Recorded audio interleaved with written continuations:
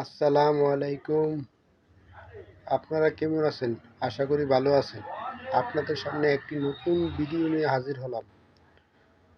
তার পরিচয় কি? তার পরিচয় সে হচ্ছে জিয়াউর রহমানের ছেলে। তার পরিচয় হচ্ছে সে হচ্ছে দেশনেত্রী বেগম খালেদা জিয়ার ছেলে। এর বাইরে তার সে কিছু না। এর বাইরে কি সে কিছু না।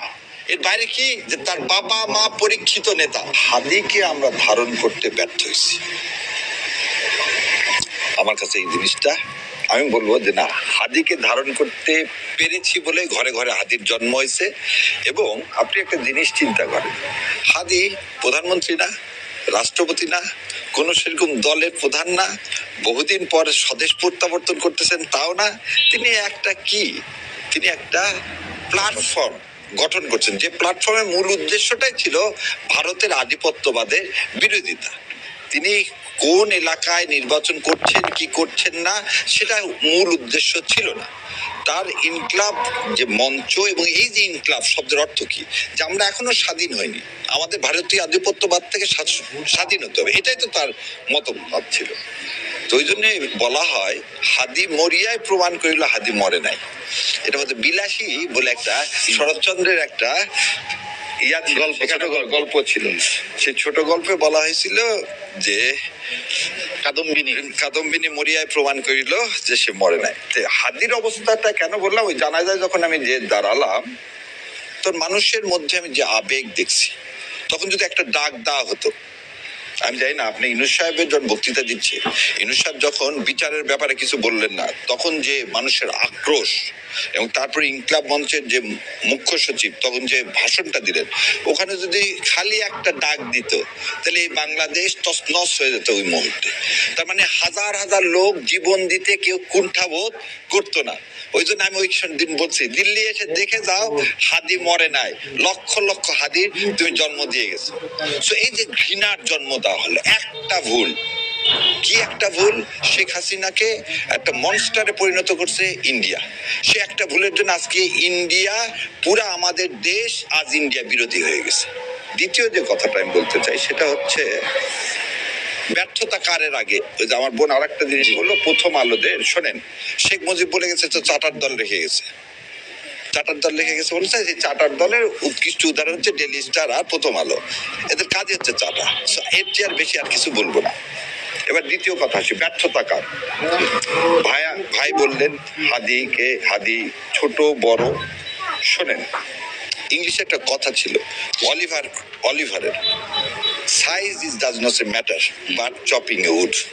একটা খুব ছোট মানুষ ছিল, ও কাঠ কাটতে পারবে কিনা, এটা হচ্ছে বোধহয় ইন্টারমিডিয়েট আমরা পড়ছিলাম। সো আদর্শ ধারণ করতে আপনার 53 বছর রাজনৈতিক দলগুলো আদর্শ ধারণ করতে ব্যর্থ হয়েছে।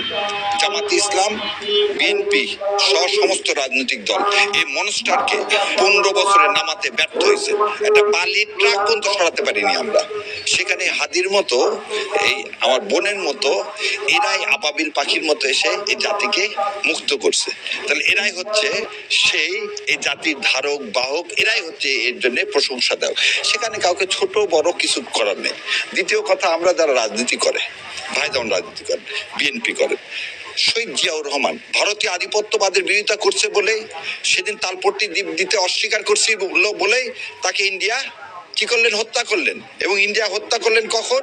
যখন শেখ হাসিনাকে ভিতরে দিয়ে 17 দিনের মাথায়।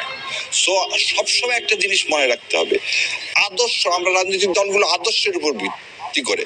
ঢাকা 8 আসনে মির্জা আব্বাস না আমার বোন না আমি, তা কিছু না। ওখানে মানুষ ভোট দেবে ধানের শীষে। ধানের শীষ মানে হচ্ছে আদর্শ। এখানে ক্যান্ডিডেট কোনো বিষয় না। তারেক রহমান আসবে, তার পরিচয় কি? তার পরিচয় হচ্ছে জিয়াউর রহমানের ছেলে।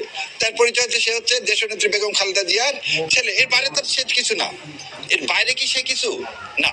এর বাইরে কি যে তার বাবা মা পরীক্ষিত নেতা, তার বাবা মা এদেশকে ধারণ করছে, তার বাবা মা ভারতীয় আধিপত্যবাদের বিরুদ্ধে আছে। সেই জন্য মানুষ ধানের শীষকে ভোট দিছে।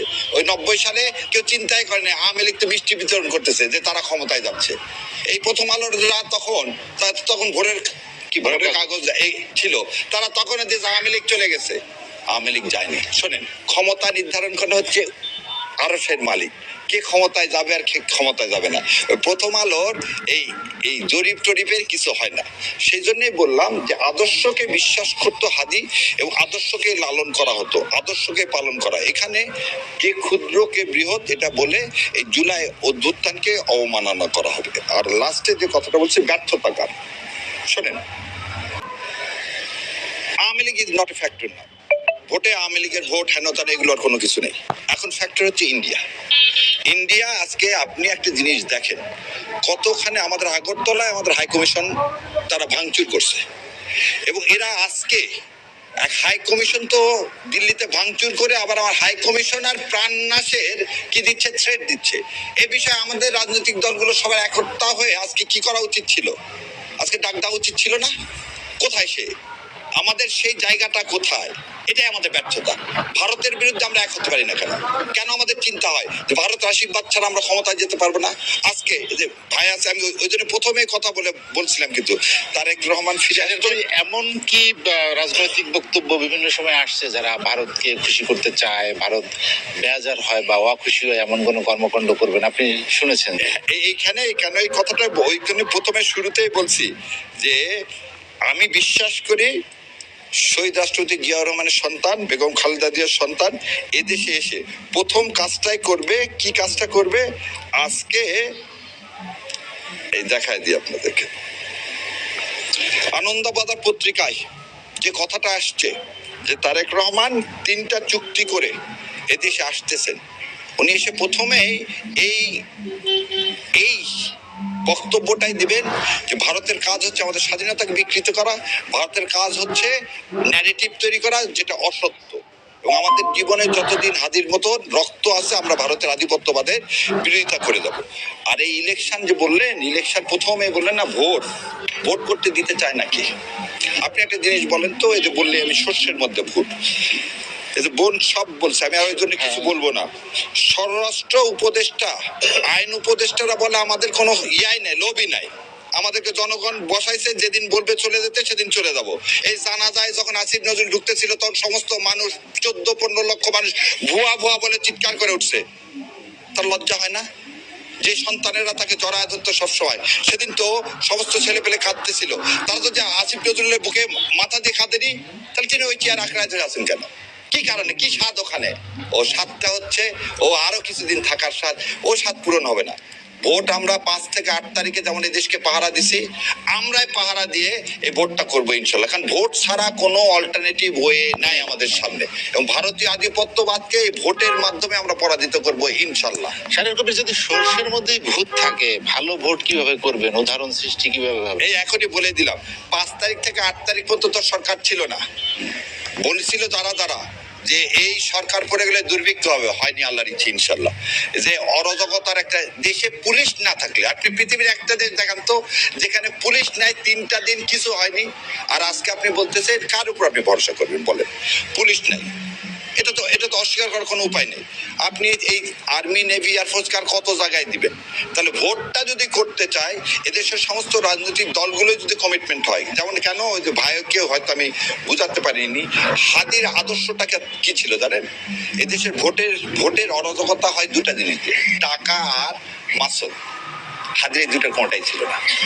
মানুষ টাকা পকেটে গুজিয়ে দিচ্ছে, সে সন্ধ্যাবেলা সে হিসাব দিয়ে দিচ্ছে।